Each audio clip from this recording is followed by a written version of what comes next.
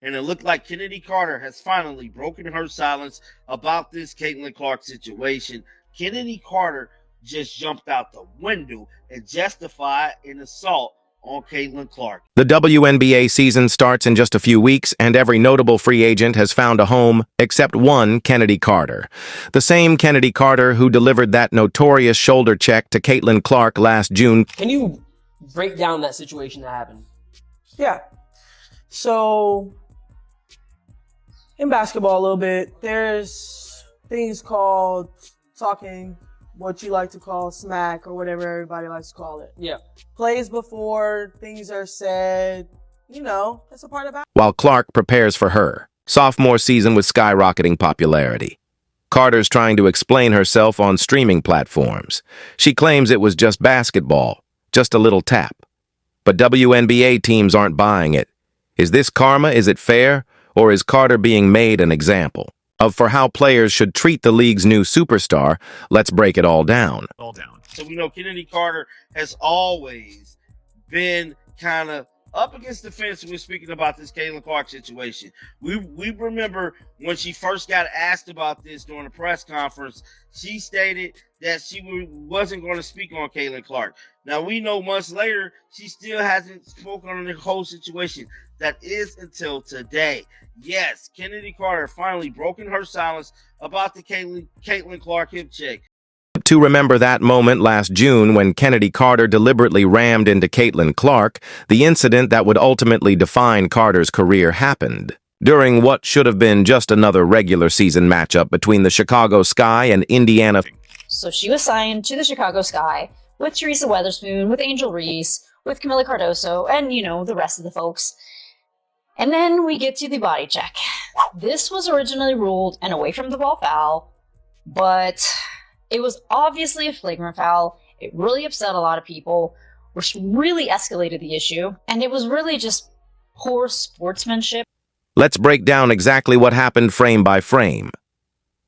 After scoring a basket, Carter veered sharply across the court not to get back, on defense but with clear intent toward the unsuspecting Clark. There was no basketball reason for this path.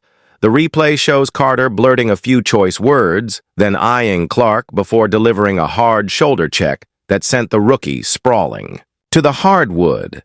The deliberate nature of this contact was unmistakable to anyone watching. It's one thing pushing Caitlin Clark, and it's another thing blindsiding her. Like, I don't think there's no justification for that. Like, to be honest, we can be honest here. What's particularly revealing is how officials initially deemed it merely a common foul, a routine call that happens dozens of times each game. But once they reviewed the footage, they immediately upgraded it to a flagrant, the replays don't lie. This wasn't incidental contact during a play. This was an off-ball intentional blow delivered after a completed basketball. Now, what little girl wants to grow up and play in a league where you're targeted like that? How do you sit here and profess and demand that everyone take women's sports seriously when you can't even take it seriously enough to not act like a junior high queen on the court? It's stupid. That's so dumb. It looks like a soap opera. Clark's response speaks volumes about her character. Despite being blindsided and knocked to the floor, she simply got up without complaint, brushed herself off, and focused on the next play. No dramatics, no retaliation, just a professional getting back to work.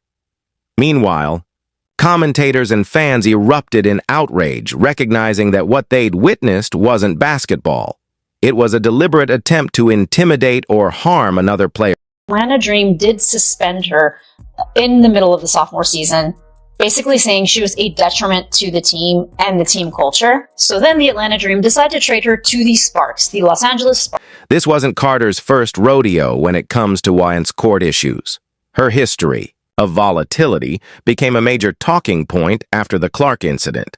In 2021, while playing for the Atlanta Dream, she was suspended indefinitely for what the team called conduct detrimental to the team following a heated argument that escalated beyond acceptable bounds. This pattern of behavior had already raised red flags about her professionalism and ability to function within a team structure. What's crazy about all of this, immediately after that push, this is what she said to the media. And on the play before bumping in with Caitlin, it seemed like she turned to you a little bit after the fever I ain't score. answering no Caitlin Clark questions. Did she say anything to you? I don't know what she said. What'd you say to her? I didn't say anything. The timing couldn't have been worse for Carter. The WNBA is experiencing unprecedented growth, with viewership and attendance records shattered much of it. Driven by Clark's arrival, the league is rightfully protective of this momentum, emphasizing professionalism as it garners mainstream attention. In this environment, the Sky Forwards' actions stood in stark contrast to the image the league is cultivating. I said Chennedy Carter wasn't going to make a WNBA roster. And as it sit, April 20th, training camps start for teams in 7 days. Training camp for a majority of the WNBA start April the 27th. Chennedy Carter is not on any WNBA roster. Want to know why? Because it's Chennedy Carter's fault she's not on any WNBA roster. Her Carter would later attempt to explain away what millions saw with their own eyes, but the damage was already done. The shoulder check wasn't just a simple foul or even just a bad moment. It represented a career-defining mistake that transformed her from a player with considerable potential into someone teams actively avoid. Now she is breaking her silence. We'll break it down in a bit. Basketball is physical, competitive, and intense, but there are unwritten boundaries that separate tough play from unnecessary aggression. Carter's actions cross that line in spectacular fashion, and the WNBA's collective response shows exactly where the league stands on protecting its players and its... I think a play before, maybe I was elbowed. Okay, that happens. Think the next play down, maybe something was said.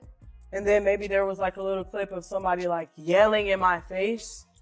And then we go down the court.